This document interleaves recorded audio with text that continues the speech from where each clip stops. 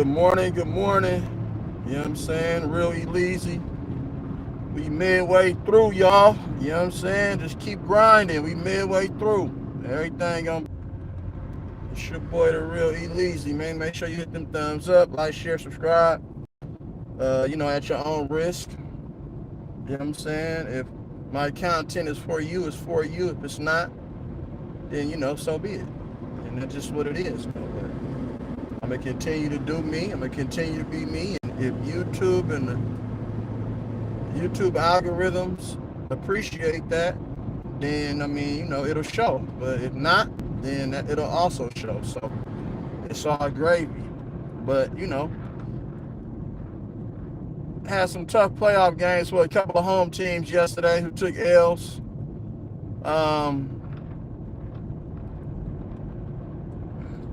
It was all bad, man. You know what I'm saying? It was all bad. Clippers go down to the Mavericks at home. Milwaukee go down at home. So, salute my guys. Salute to Cam, bro, and the Mavericks for pulling out a huge win to steal home court. I still feel that the Clippers going to win 2 games in Dallas, but that's just me. But we'll see how it plays out. I just think that Kawhi was a little rusty. And the Clippers just missed some shots that they normally make. They got great looks. They missed them. And that's just what it is. So, and they had some turnovers too. But I don't really think that Dallas made any adjustments because Dallas played the same way as they played last game. It's just that the Clippers just didn't make shots. And they had some turnovers. So, it is what it is, bro. But, nonetheless, though, salute, the Mavericks got it done. And that's just what it is. As long as you get it done, bro, it don't matter how it look. As long as you get a win, it is what it is, bro. And that's the name of the game, is to rack up wins. So, getting in these type of situations, you just want to rack up as many wins as you can, man. And hopefully the last team standing is the team that we crown champion, you know what I mean? So, that's just what it is.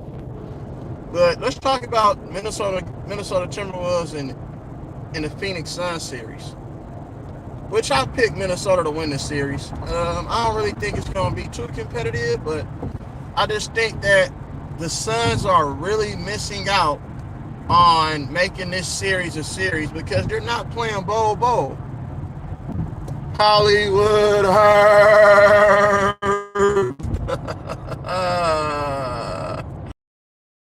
Herb, crazy in the motherfucker, man. Salute to Herb. Make sure you go follow Herb, man.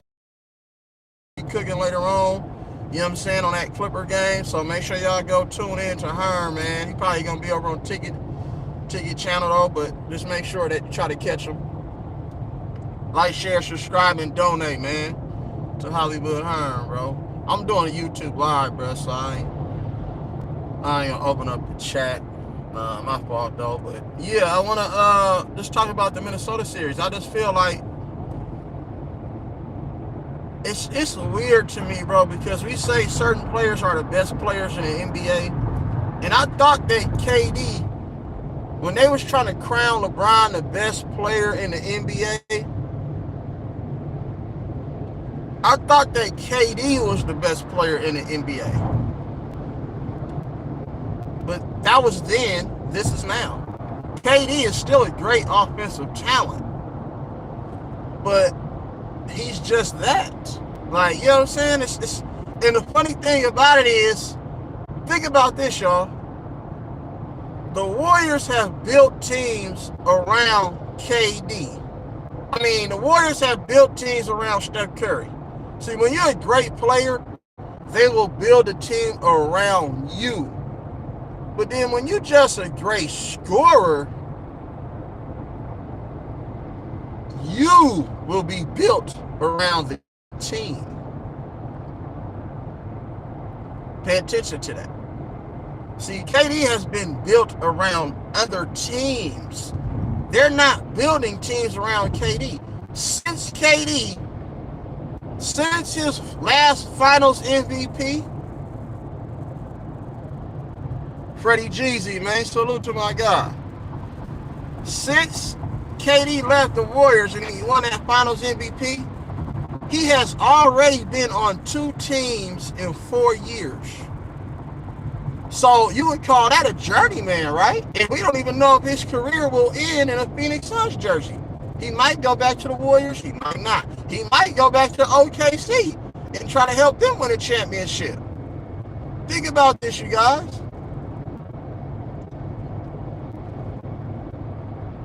It's a changing of the guards, bro. It's a changing of the eras, and it's time for the younger players to like put their stamp on the league for the next 10 to 15 years. You know what I'm saying? And that's what we're seeing. So it's sort of kind of like out with the old and in with the new. The Suns, Devin Booker is a front runner. Bradley Beal is a front runner. They're great talents. Don't get me wrong. But other than that, bro, they can't lead a team to the championship. They're going to have to be on a team. And KD is a front runner, obviously. Because if he wasn't a front runner, he should be able to win with the Kyrie Irvings in Brooklyn, with James Harden and Ben Simmons and all of them. And then he should be able to win with Phoenix. But he has failed to get it done. And now we're starting to realize the grass is not greener on the other side, KD. You know what I'm saying? Salute, little Tay. I see you. The grass isn't. Make sure y'all hit them thumbs up, bro. We got 5 people in the building. I need everybody to go back out, hit the thumbs up. First and foremost. Appreciate you. The grass ain't greener on the other side.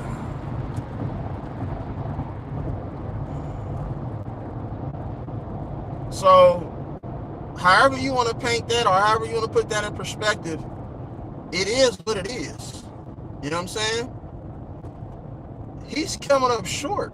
KD has failed miserably, bro, to live up to the expectation without Steph Curry. And I was watching a clip where, you know, this past year it was KD, Steph Curry, and LeBron on the team for the first time ever in an All-Star game, right? So KD walked in the locker room, the first person he meet and greet is Steph Curry. And the handshake that they gave each other is still some sort of bitterness there. It wasn't no long greeting. It was like, what's up, bro? And then Steph Curry was like, good to see you. But Steph Curry kind of didn't give him no eye contact. He just gave him a little handshake. And then KD kept, you know what I'm saying, going on to greet everybody in the locker room. But I'm like, bro, it's a certain level of respect. You know what I'm saying? And a certain type of relationship that these guys have. If they had a tight relationship like that, and there's still some sort of animosity there from the way that played out. And I don't know if KD is mad at Steph or vice versa, but I don't think they really fuck with each other like that. And yeah, when they see each other, when they play each other, they might have a brief conversation, and you might see them talking, and everything might seem kumbaya. But at the end of the day, salute, Aaron, I see you. At the end of the day, bruh, I don't know. KD seemed like he be rubbing people the wrong way. And KD is a cool dude, bro. You know what I'm saying? He really kind of chill. He not a person that's always going to be out there in the limelight. You're not going to really see him dominating the media like that and be all up in people's faces. But he got a little bit of he got some whole tendencies about him, bro. And some of these players, bro, they just be having whole tendencies. You seen Devin Booker try to get chippy with Jaden McDaniels yesterday. Jaden McDaniels was like, nigga, are you out of your mind? Jaden McDaniels was like, nigga, I'll beat your ass, cuz. Like, and that's the thing that I'm saying, Devin Booker, this ain't the time for you to try to push people around and you losing. You know what I'm saying? Like, what are you trying to do? You're frustrated because a nigga getting all up in you and he outplaying you? You know what I'm saying? And that's the type of whole shit that I be talking about, bro. If you ain't never been that type of motherfucker that mix it up with people, why you want to start now with a younger player, which people might not be, you know what I'm saying, privy to? Nobody really privy to Jaden McDaniels, so he thinking he can punt Jaden McDaniels. Jaden McDaniels like, nigga, I'll beat your ass, bro. What are you doing? And I'm locking you up, nigga. And I'm giving you dub 5, nigga, with 8 rebounds, 3 assists, 2 steals, and a block. Nigga, the fuck? See, these players, bro, they don't really be built like that. And it's hard to respect a lot of these guys. Devin Booker ain't that dude. Bradley Beal ain't that dude. And this ain't no slight at y'all. Y'all great offensive talents, but that's where we draw the line. That's where it stops. Just that. Great offensive talents. So if you guys aren't the second, third, and fourth best players on a championship team, then you're not going to win a championship if you consider yourself a 1-2 guy. That's not the way that works, bro. You're great offensive talents in a league and in an era where the era is watered down and it's soft. But you guys ain't really like that. Like, you feel what I'm saying? Y'all not like that. Yeah, you thought by adding KD, that was going to solve all y'all problems, and you brought in a defensive coach. You can't put a defensive coach around offensive-minded guys. Let me say this again. I'm going to repeat myself 3 times. That's the first time. Pay attention. You cannot put a defensive-minded coach around offensive-minded players and expect to win a championship. So I just gave, and that's 2 times. Let me say it one more again. You cannot put a defensive-minded coach around offensive-minded players and expect to win a championship. Now let's go to the Warriors. The Warriors had an offensive-minded coach around offensive-minded / defensive-minded players. So you see the correlation there? It works. It works. Look what they did with the bubble. If we're going to go to the bubble, even though I don't agree with it, I think it's phony, it's a fake. But guess what? They put a defensive-minded coach around defensive-minded / offensive-minded players. So you see how that works, the correlation? Look at that correlation, y'all. Look at the correlation. So when you want to become a champion, look what they did with Denver. Look what they did with Milwaukee 2021. Offensive-minded coach around offensive-minded / defensive-minded players. So you get the correlation? So you have to look at Minnesota, how they're built. Look at Minnesota, how they're built. It's a defensive-minded coach around defensive-minded / offensive-minded players. It's the recipe to win. If you want to win a chip, you have to know the right recipe to dial up. You know what I'm saying? So we cook it. So now when you want to talk about somebody's cooking, then you see. That's when you see a team cook or a franchise looking to build. Look what Denver's doing. Look what Denver's doing. Defensive-minded coach around defensive-minded / offensive-minded players. Chip. Hey, it's a recipe for this shit, bro. Look what the Lakers are doing. You have Darvin Ham, who's a defensive-minded coach, but he's around offensive-minded players. You're not going to win like that. And it's going to show every time. It's going to show every damn time. And guess what?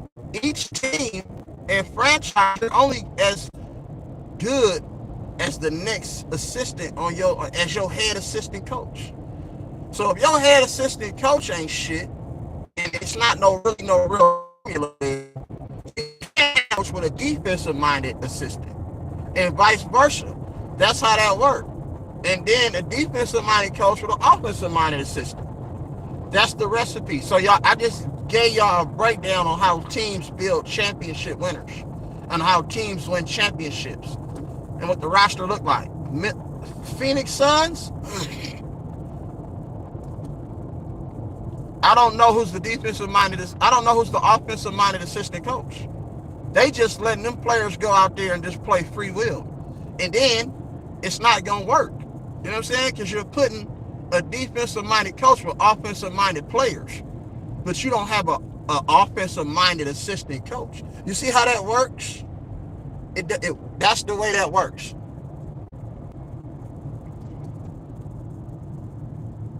D. Jones was good.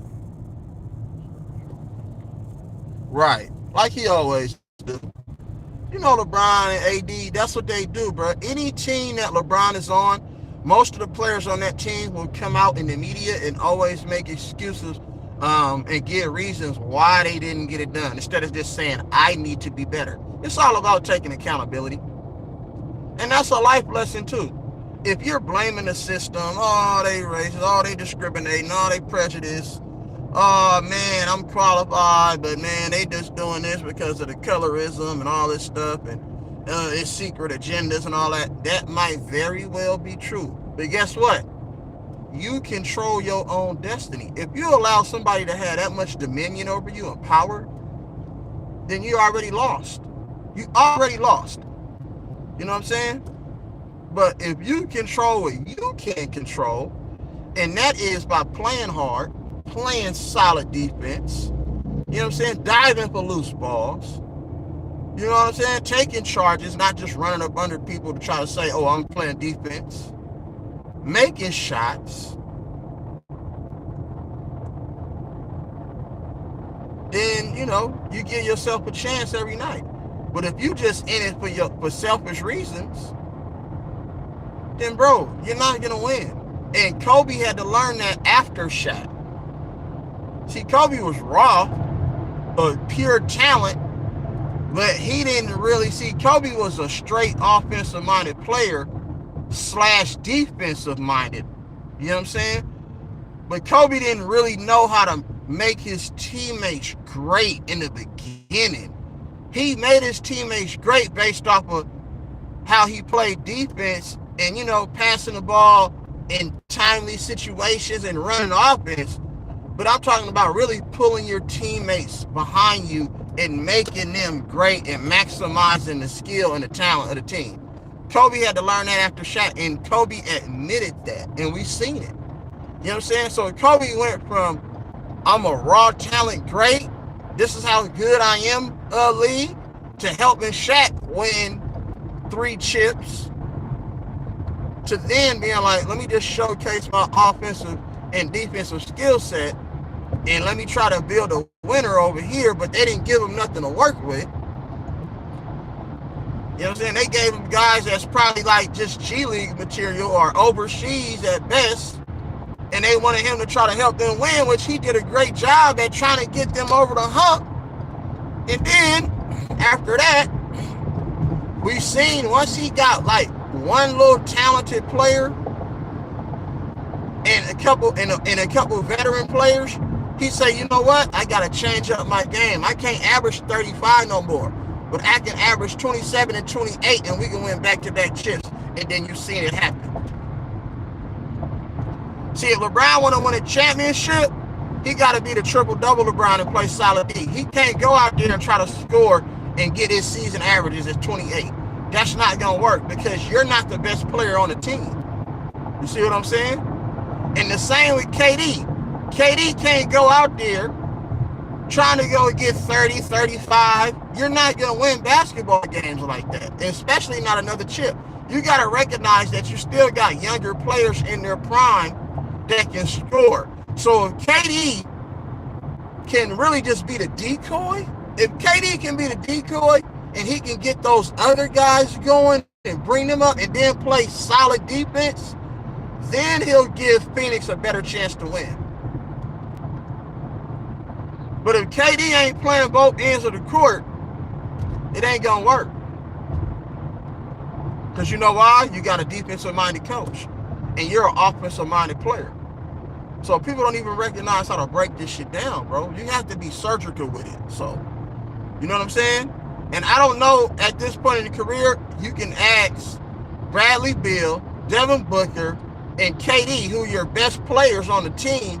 I don't know if you can get them to hit the switch and become all of a sudden defensive-minded players in an offensive-minded era. It won't work. And I don't think that Frank Vogel was the right fit for that team. You know what I'm saying? Because Phoenix needs to play faster and not slower. And we know that a Frank Vogel system, they don't play fast. They play slow. They come down and run on offense and sometimes throw it to Nurkic and set a ball pick and roll, and then the ball sticks at one player. There's no ball movement. You know what I'm saying? And that's going to hurt them because Phoenix Suns' best defense is their offense. If they're not efficient on the floor and they're not shooting well, that's going to lead to poor transition defense. And it's going to lead to early mismatches in transition for the Minnesota Timberwolves. And that's exactly what we've been seeing. Hit them thumbs up, y'all. Timothy, I see you, Tim. What's good with you? So KD is the player that's built around other teams, but when you're a championship player, they build the team around you. And he didn't like the fact that he went over there to the Warriors and he felt like, wait a minute, I'm still not getting the respect. I just helped them win 2 championships because they couldn't beat LeBron, so I had to come over there and beat LeBron. But you got to look at the way that it was orchestrated. You know what I'm saying? So that's why it's a lack of respect. And it's not a lack of respect by the Warriors players because they appreciated everything that KD gave to them, right? It's a lack in respect by his peers, other teams and organizations and players around the league that didn't respect the move. And all of us so-called new media, we didn't respect it. I for sure didn't respect it. I didn't even believe it when they first said it. Shit, I was at the gym when it first happened. Shit, hooping. So, and they say, KD just went to the Warriors. I say, man, y'all niggas is bullshit. Stop playing. And then I went over there and seen, and they showed me that shit. I say, wow, that was my first reaction. Wow. I said, nigga, that's hella weak, bro. I said, that nigga weak for that move. But that's gonna make the Warriors pretty much unstoppable. And there's a difference, you guys. And salute to Nola Boy, you know what I'm saying, Sports and News. Make sure y'all go check out James, you know what I'm saying. We was talking the other day, Hollywood Hearn, on ticket shit, salute the ticket. We was talking about teams being super teams. And I'm like, they said Boston was a super team. And I'm like, no, Boston wasn't a super team. And the reason why Boston is not a super team is because their core players were drafted and then they added free agents. Just like they said the Warriors were a super team, they were not a super team. They drafted and built their team up. They became great players, but guess what? Everybody, all the other teams who had an opportunity to draft a Jaylen Brown, a Jason Tatum, they missed the mark. All those other teams who had a chance to draft a Steph Curry, a Klay Thompson, a Draymond Green, they didn't do it. So they became who they became based off of hard work. That's it. They just put the work in. They was already talented players, but then you put them around the right coach. See, y'all know you understand. See, let me take this back. Reg Dawg, salute, bro. How you feeling, Brody?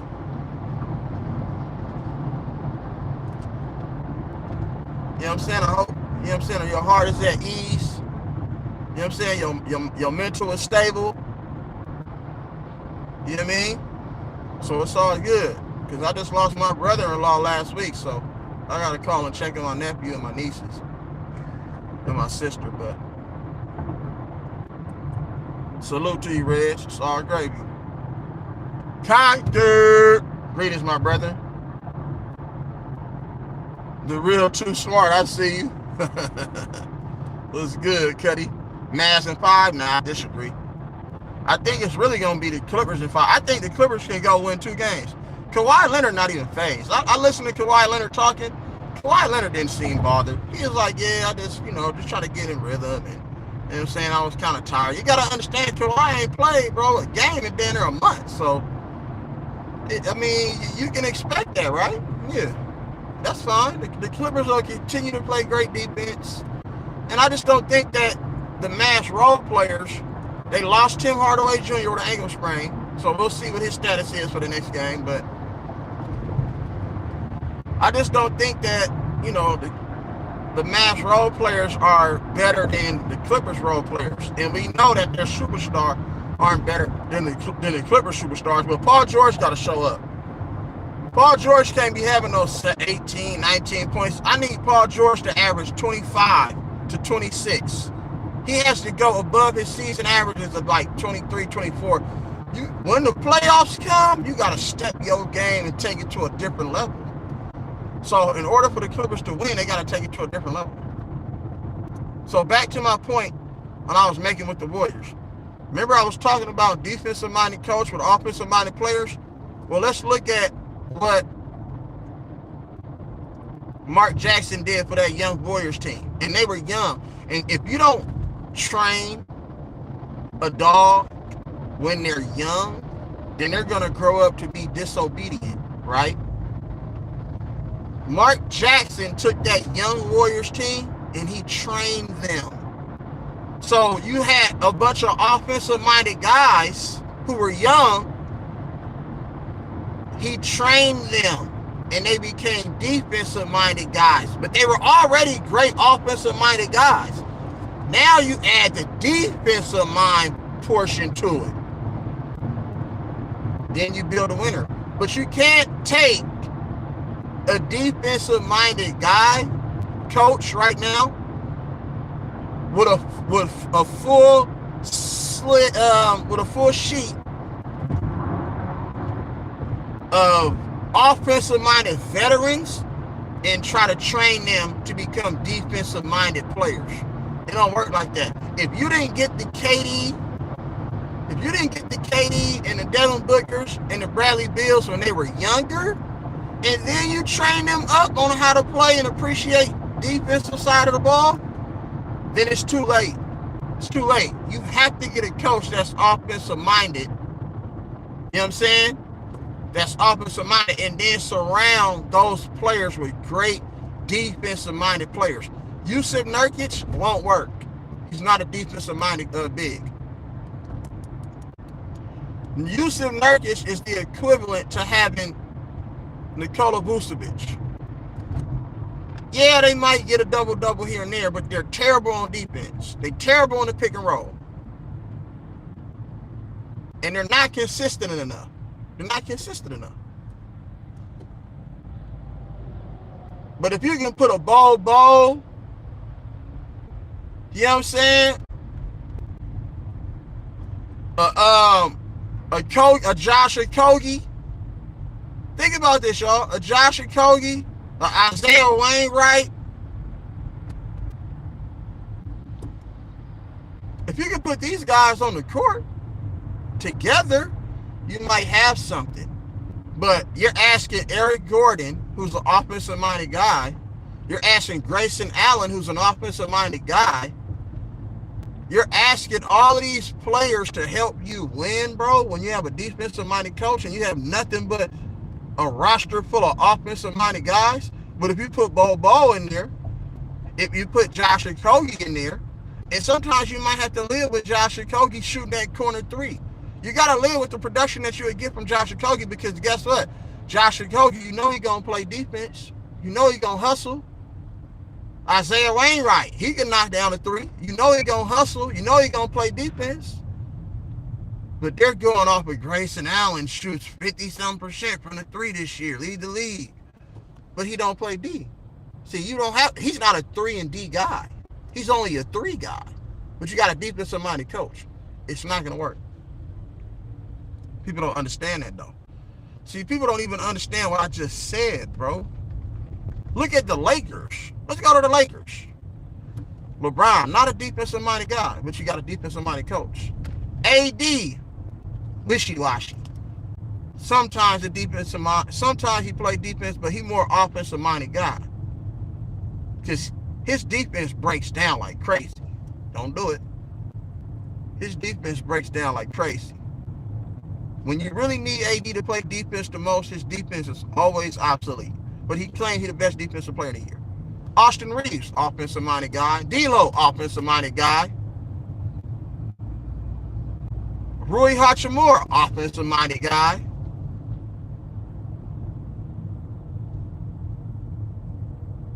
Think about it. So your best players are offensive-minded, but you got a defensive-minded coach. Won't work.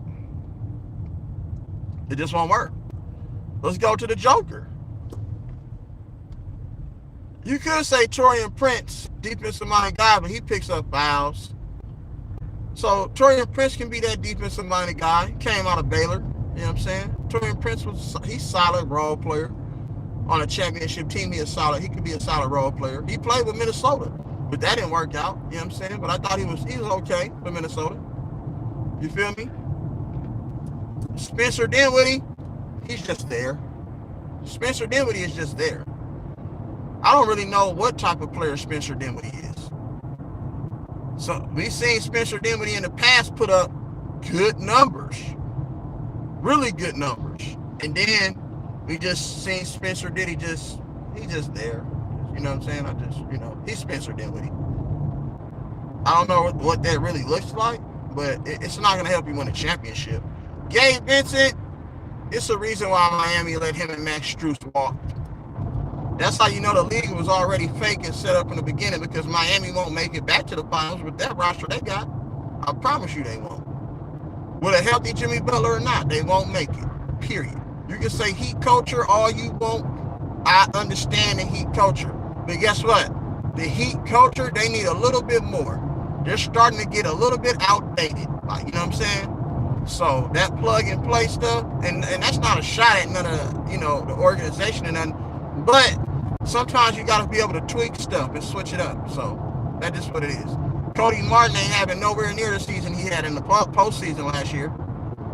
Nowhere near it. And battle injuries. Same thing. You got Scary Terry, who always battle injuries throughout his career. He's not available. Duncan Robinson battling injuries. He's not available. He's not a defender. He become better, but he's an offensive-minded guy. Eric Spoelstra is a defensive-minded coach. So you got to understand that. Tyler Hero, offensive-minded guy, defensive-minded coach. But he's one of the main guys. Kevin Love, veteran. It's Kevin Love. Not gonna give you he ain't gonna give you a lot of production. Nikola Jovic, they banking on Nikola Jovic. Nikola Jovic is young, bro. He got talent, but I don't know if it'll ever become talent to where you can rely on him to be one of your core guys. You know what I'm saying? You gotta look at that. Put this stuff in perspective. They signed DeLon Wright because he's a veteran. Is he gonna help you win a chip? No. At least not on this team. You got Jaime Jaquez Jr. out of UCLA. Good player. But young. You know what I'm saying? He's still developing. Is he going to take that leap to superstardom? Probably not. He's probably just a really, really good role player at best. And that's just what that is, bro. And then Jimmy Butler, injured. Bam Adebayo, defensive-minded guy, defensive-minded coach. That's your one bright spot for Miami. Bam Adebayo. Think about this, y'all. Man, two-way Luka. I don't understand what? I understand y'all being a fan, bro. But can we don't exaggerate with the two-way Luka stuff? Where is Luka two-way at anything? They didn't win that game because of Luka yesterday. The Clippers lost that game more so than the Mavericks won that game. And I'm just keeping it 100. I paid attention to the game. Yes, Luka hit a couple threes. But what's the name? Gave that game up. The Clippers gave them the game with dumb and sloppy turnovers and a bunch of missed shots and some bad stuff. It's just Norman Powell he's an offensive-minded player, but you got a defensive-minded coach. See, it's too many. You have to be able to put your other guys on the court. You know what I'm saying? What the hell is Norman Powell on the court for, bro? He didn't have it going like that. And he's not a really good defender. So, you know what I mean? Yeah, it's no excuses, but the Clippers lost the game more so than the Mavericks won it. That's all I'm saying. And yeah, it really wasn't as close as a 3-point game because Paul George only hit that three at the end of the game to make it a 3-point game. They probably should have lost by 6. But still, it's a make or miss league, bro. Dallas just happened to make more shots. You know what I'm saying? Than the Clippers. I think the Clippers need to increase the pace because we've seen Luka get taken out of that game late because he's tired. Luka can't run. Y'all need to understand that if you run Luka, and that's why when Russell Westbrook comes in the game, and that's why I say Russell Westbrook is going to be the most impactful player in this Clippers and Mavs series. Y'all play horrible 2 games in a row, and that's not a fluke. Y'all just aren't as good as the Clippers. Offensively and defensively, you're not. Because the Mavs role players aren't as good as the Clippers role players. And the Clippers have more stars that play both sides of the court than the Dallas Mavericks. And that's just a fact. So don't think that, oh, we ain't play good. You probably ain't going to play that good, bro. Like, I'm just keeping it 100. Luka and Kyrie probably going to get their numbers. They going to have to work to get all of their numbers, though. Like, I'm just going to keep it. I'm going to keep it 100. Bro, I watched the Mavs. I watched the Mavs beat up on a Charlotte Hornets team, a Detroit Pistons team, a San Antonio Spurs team. They beat some really bad teams, bro. That second half of the season, yes. And they beat the Warriors, too. But the Warriors really wasn't good. So,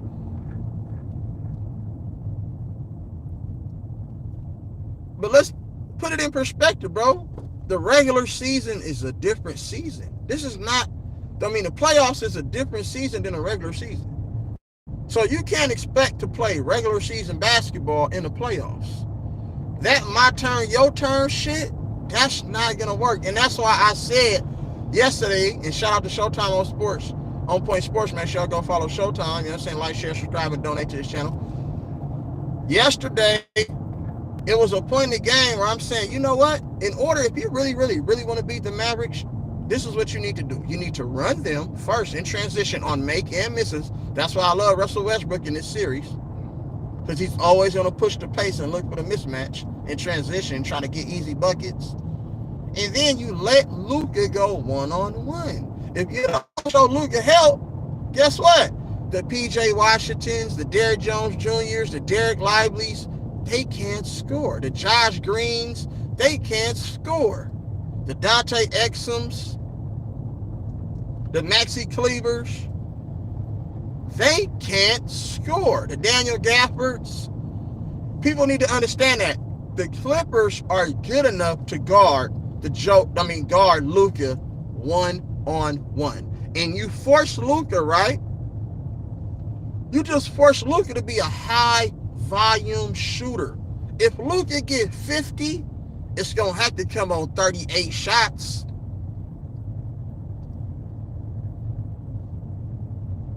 And Luka knows. Luka going to get off the ball if he getting double teamed. That's everybody going to do that. And when you're getting double.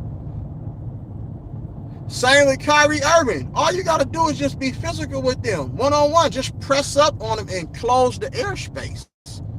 If you close the airspace, we got skins on our side. If you close the airspace, bro, on those two players and just force them to go into their bag and go one-on-one, I don't trust them to shoot a high percentage from the floor with great size and great physicality guarding them.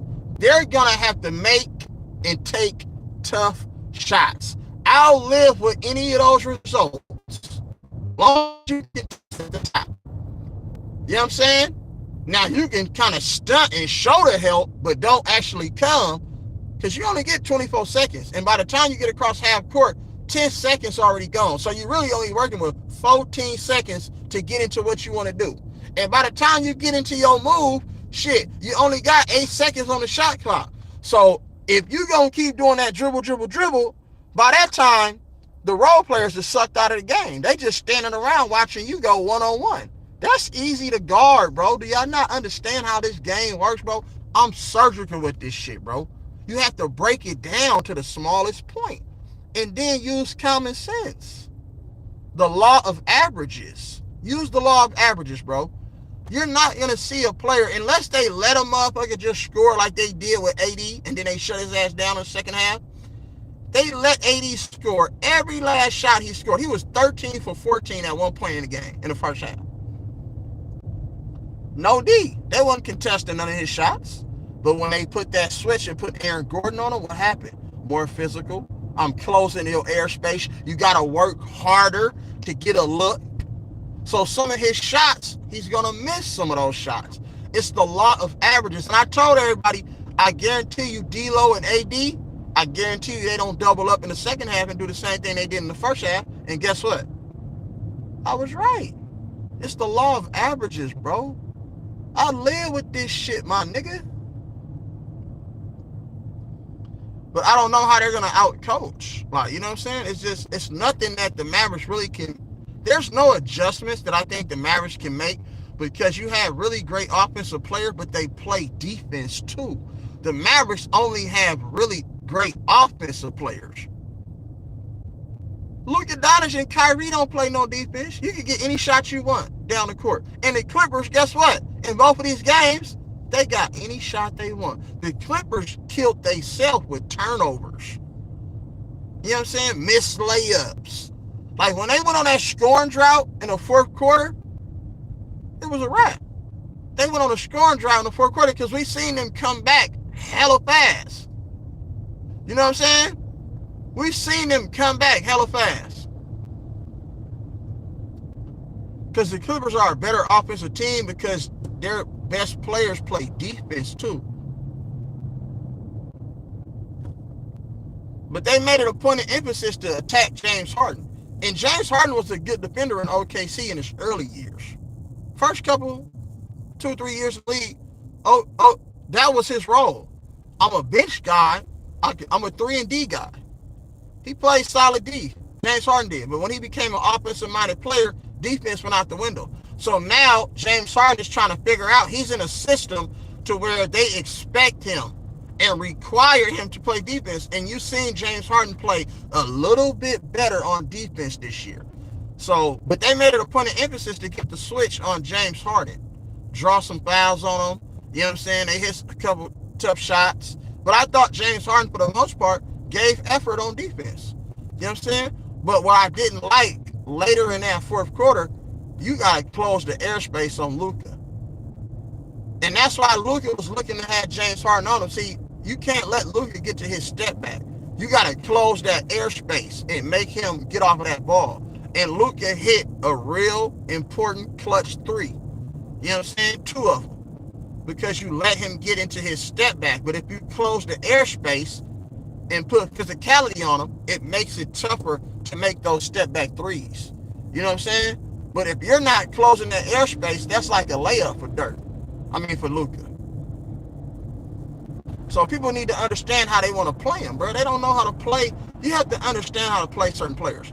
Kyrie don't go under his legs, spin back, try to use footwork, and try to elevate and shoot over you. But Kyrie don't have the quickness that he used to have to get by your defender, especially if you put size in a player that has lateral quickness and foot movement. If you put somebody like that on, it makes it tough for Westbrook to kind of get to his spots. You know what I'm saying? I mean, it makes it hard for Kyrie, to get to his spots.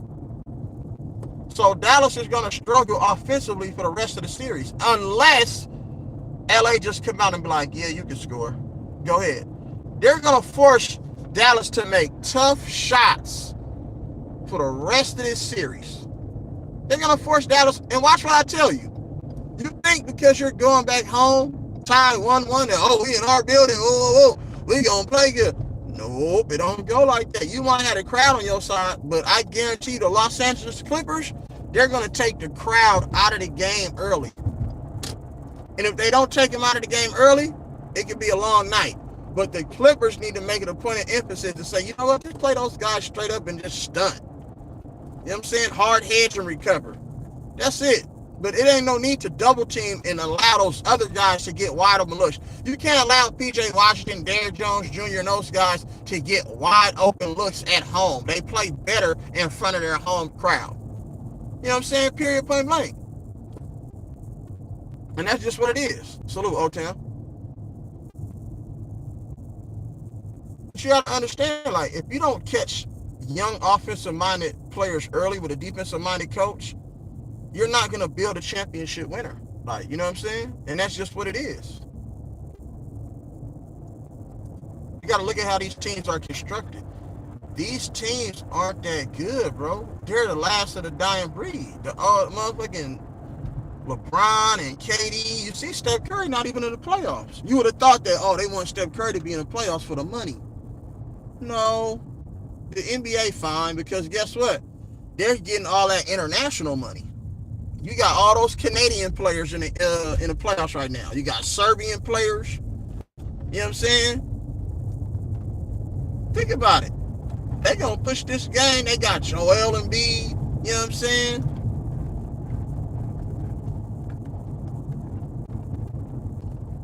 So they gonna push this shit with those younger players. And that's exactly what we're seeing. The last of a dying breed. Ranjall, what's good, bro?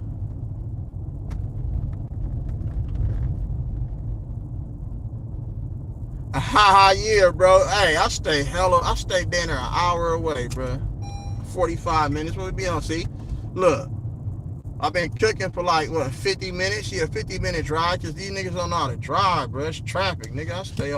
I stay right in the motherfucking. I mean, I work right in the hood on 85th, bro, in the East Oakland, cuz where they up out here splitting niggas wigs and shit. But you know, I mean, it's good. I'm used to it.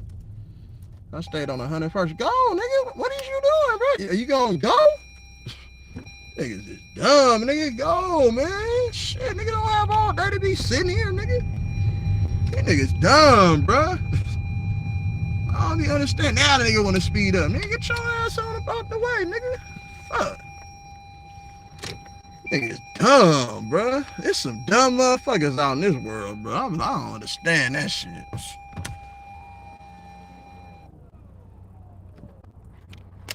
Yeah, you're gonna have to replay this one, O-Town. I dropped too many gems, bro, like I always do. You know what I'm saying? You know, I gotta school them and give them lessons, bro. You know what I mean? We got this damn audit today. Sometimes I don't be feeling like dealing with these motherfuckers, bro. I ain't gonna lie to you. You know what I'm saying? These little square motherfuckers, smile on your face. They smile in your face. They wanna take your place, the backstabbers. Backstabbers.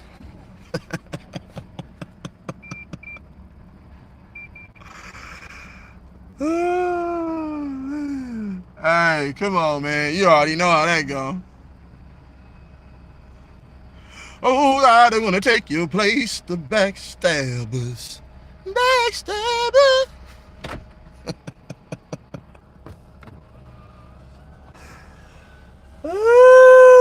Go on, Cuddy, niggas is crazy. But yeah, man, hey, KD gonna realize the grass ain't greener on the other side, player. That's that song by Chris Brown, bro. You know that grass ain't greener on the other side. I forgot how it go though.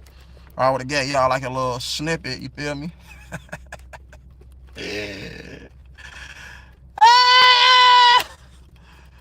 Hey, this is the part of this show that's sad, bro, because, you know, I gotta leave y'all, though, but it's all love, man, and I'll be on everybody's stream, whoever on, I'm gonna hop on, you know what I'm saying, and kick it with y'all, but I want y'all to have a blessed and prosperous, safe day, be productive, you know what I'm saying, and as always,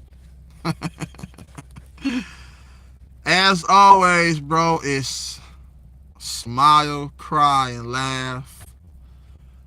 Love, live life, man. Salute to my people, bro. I appreciate y'all, man. You know what I'm saying? Hit them thumbs up if you haven't. Make sure you hit them thumbs up. I appreciate y'all, bro. I'm going to get at y'all later, man. Yes, sir.